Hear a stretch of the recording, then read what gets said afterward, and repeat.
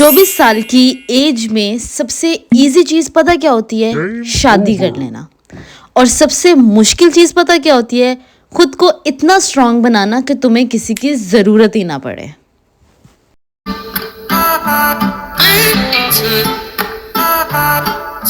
So hello everybody, welcome and welcome back to my new YouTube video.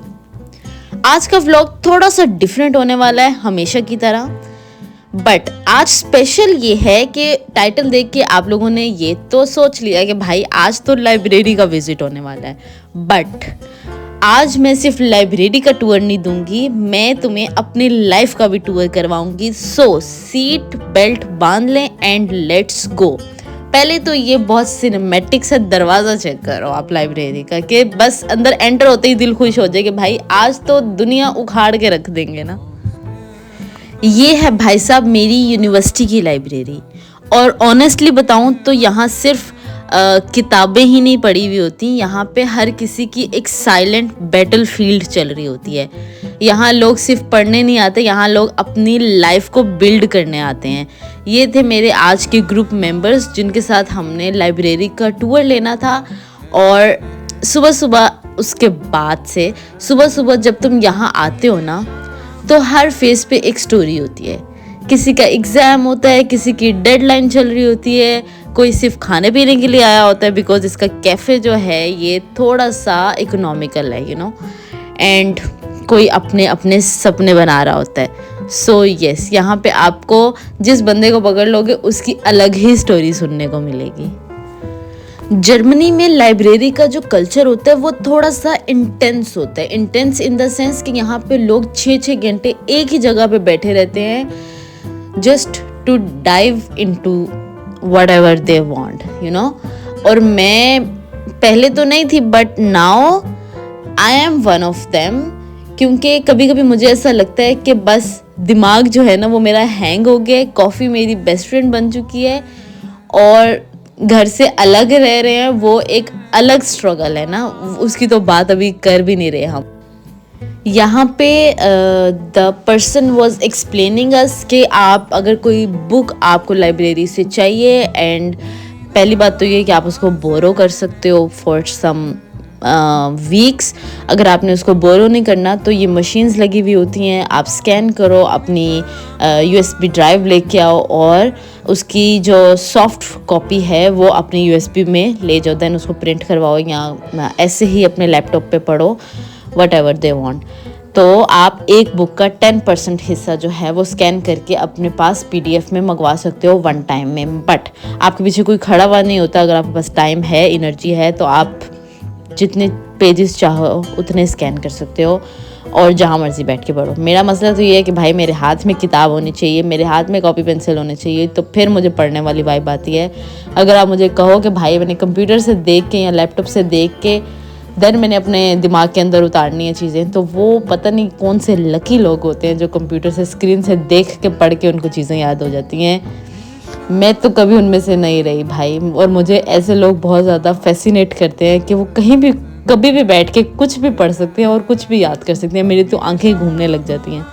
खैर, एक मज़ेदार बात बताऊं आप लोगों को कि आज हमारे ग्रुप में तकरीबन 40+ एज का बंदा था, and he was student, masters का स्टूडेंट था। And I was so amazed कि वो कैसे क्वेश्चंस कर रहा था। लाइक ऑब्वियसली वो बहुत एक लंबे स्टडी गैप के बाद आया होगा, आई डोंट नो उसकी क्या स्टोरी रही होगी, बट मुझे उसको देख देख के बहुत खुशी हो रही थी कि यार मतलब मोटिवेशन तो है बंदे में। मतलब अपनी एज के इस फैक्टर में भी वो पूरी स्ट्रगल कर रहा है कि भाई मैं कोप अप करूं और मैं हर चीज़ को अपने अंदर अपने दिमाग के अंदर डालूं, दैट्स सो गुड। तो पढ़ने लिखने की कोई उम्र नहीं होती।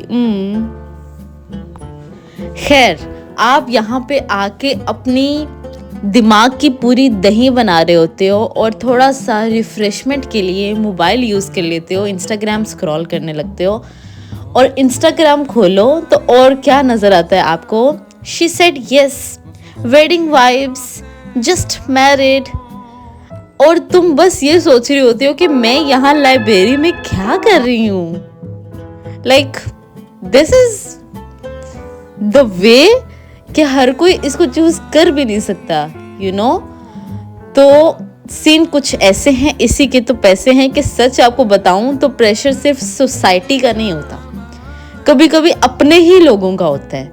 कि भाई अगर किसी को कॉल करें, आई am not talking about my family is so supportive. अगर वो सपोर्टिव ना होती तो भाई किसी सूरत में यहाँ पे बैठ के ये बात ना कर रही होती। I am talking about the society, about the so called रिश्तेदार भी नहीं कह सकती, एवं गुस्सा कर जाएंगे, बट खैर नेवर माइंड। जो मुझे बात कर सकते हैं उनको भी बातें सुननी ही पड़ेंगी। तो this is my reply to all of them कि प्रेशर सिर्फ सोसाइटी का नहीं होता, कभी कभी अपने ही लोगों का होता है। सवालों में क्या सवाल होता है? The most common question of all the families. ये मेरी एज की तमाम लड़कियां, तमाम लड़के इस चीज़ से रिलेट कर सकते होंगे। अब क्या प्लान है, आगे का क्या प्लान है, कब सेटल हो रही हो, करियर का क्या करना है, इतना what do you even mean? Career का क्या करना है इतना? भाई मैं अपनी रातें, अपने दिन पूरे खराब कर रही हूँ और आपके एक छोटा सा स्टेटमेंट जो है ना, वो 2 दिन तक मेरे दिमाग के अंदर घुसा रहता है। आपको समझ आती है बोलते हुए कि what are you even talking? और तुम बस आगे से स्माइल कर देते हो और टॉपिक चेंज कर देते हो, क्योंकि मुझे उस ऑकवर्ड सिचुएशन में समझ ही नहीं आती कि उस ऑकवर्ड सिचुएशन को टैकल कैसे करना है, उनको मुंह तोड़ जवाब कैसे देना है, यू नो। क्योंकि मुझे होता है कि ओबियसली है तो बड़े ना, यू नो, व्हाटएवर। तो बस अंदर से ना तुम कंफ्यूज होते हो और तुम अपने आप को ये कह रहे होते हो कि भाई मैं इन सबसे डिफरेंट हूँ। अब मैं कैसे कंपैरिजन करूं कि शादियां तो सबकी हो जाती हैं, जो मैं कर रही हूँ वो कितने लोग कर पाते हैं। इसमें मेरा कोई हाथ नहीं है, इसमें मेरा कोई कमाल नहीं है। मेरी फैमिली सपोर्टिव है, मुझे अल्लाह ताला ने रास्ते खोल के दिए हैं, तो I am walking on that paths. देखो भाई साहब, लॉन्ग स्टोरी शॉर्ट, कि मैं शादी के अगेंस्ट नहीं हूँ, बिल्कुल भी नहीं हूँ, बट मैं सिर्फ इस बात के अगेंस्ट हूं कि शादी को अचीवमेंट बना दिए। भाई एवरेज इंसान की भी शादी हो जाती है, कोई ऐसा बंदा है जिसकी शादी नहीं होती? हाँ मेरी। लेकिन खुद को बनाना, अपनी आइडेंटिटी क्रिएट करना, अपने पैरों पे खड़ा होना, that's actually hard. I don't know को कि मेरी इस बात से जहमत करेगा नहीं करेगा। इतने ज़्यादा सोसाइटी, लड़कों के पास अपने प्रेशर्स होते हैं। प्रेशर से मुराद उनके ऊपर ये होता है कि भाई तुम कुछ कर क्यों नहीं रहे हो, अपनी फैमिली को कैसे पालोगे, एंड ऑल दैट स्टफ। लड़कियों के पास एक एस्केप रूट होता है कि कुछ ना हुआ तो शादी तो हो ही जाएगी, यू नो, कि एक ऑप्शन तो पड़ा ही हुआ है। बट लड़कों के पास वो वाला ऑप्शन भी नहीं होता कि कुछ ना किया तो शादी तो हो ही जाएगी। उसको पता है कि भाई शादी तभी होगी जब मेरे हाथ में कुछ होगा। तो इसलिए उनके पीछे तो प्रेशर होता है कि भाई आप लोगों ने सक्सेसफुल होना ही होना है। बट लड़की अगर सक्सेसफुल हो रही हो तो उसको क्यों उसकी टांगे खींच के उसको कहते हैं कि भाई तुम भी शादी कर लो। जिन्होंने शादियां कर ली हैं उन्होंने क्या उखाड़ लिया है शादी करके, जो अभी तक मैं नहीं उखाड़ सकी।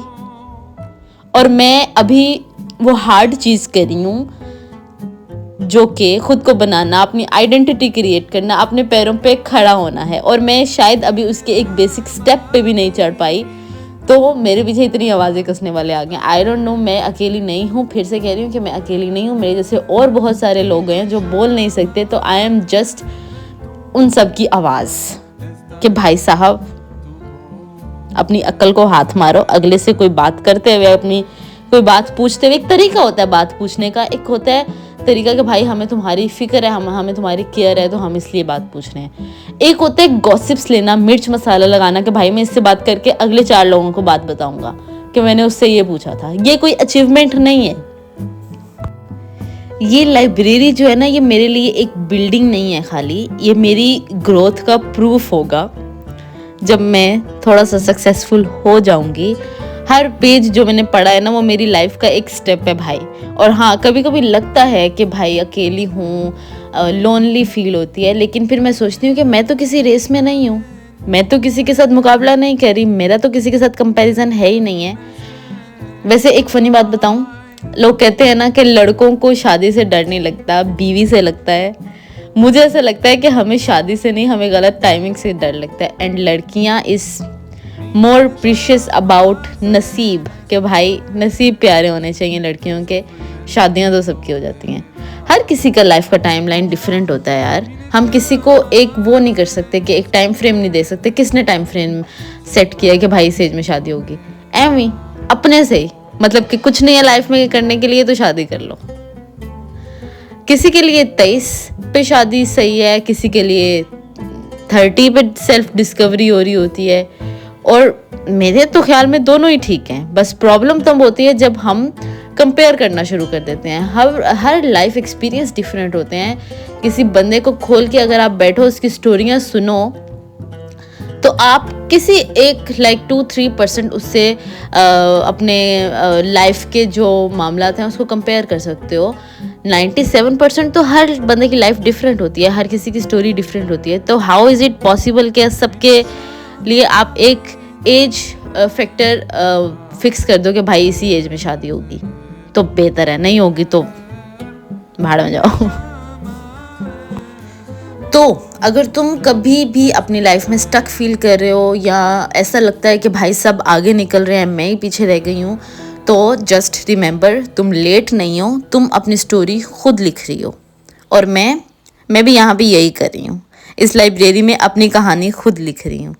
सो यस, टिल देन अपनी दुआओं में बहुत ज़्यादा याद रखिएगा, मुझे आपकी दुआओं की बहुत ज़्यादा ज़रूरत है। And for the trigger persons जिनको मेरी वीडियो से थोड़ा सा भी ट्रिगर फील हुआ है, I am not gonna say sorry to them because I am not sorry. And yes, that was pretty much it for the vlog. Till then tata bye bye, अल्लाह हाफिज़। अपना बहुत ज़्यादा ख्याल रखिएगा और मुझे भी अपनी दुआ में याद रखिएगा। Tata bye bye. Take